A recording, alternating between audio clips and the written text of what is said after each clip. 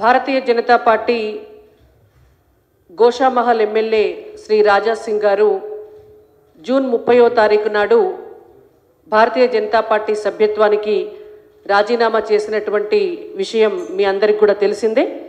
అయితే వారు శాసనసభ్యులుగా ఉన్న నేపథ్యంలో వారి రాజీనామా లేఖను అప్పటి పార్టీ అధ్యక్షులు శ్రీ కిషన్ రెడ్డి గారు జాతీయ పార్టీకి పంపించడం జరిగింది.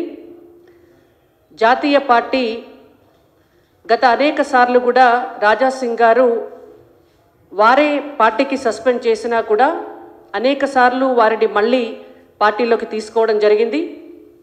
అయితే ఈసారి వారే స్వయంగా రాజీనామా చేసి ఆ లేఖను అప్పటి అధ్యక్షుల వారు కిషన్ రెడ్డి గారికి ఇచ్చిన నేపథ్యంలో వారు రాజీనామా లేఖను కేంద్ర పార్టీకి పంపించడం, జాతీయ పార్టీ వారి రాజీనామాను ఆమోదించడం కూడా జరిగింది.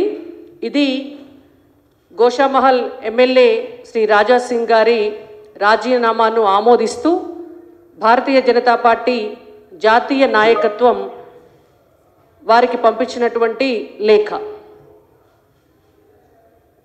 రాజా సింగ్ గారి పట్ల పార్టీ కార్యకర్తలకు కానీ పార్టీ నాయకత్వానికి కానీ ఎటువంటి వ్యక్తిగత విభేదాలు లేవు.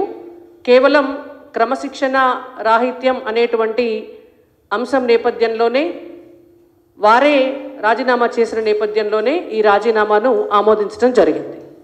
ధన్యవాదాలు.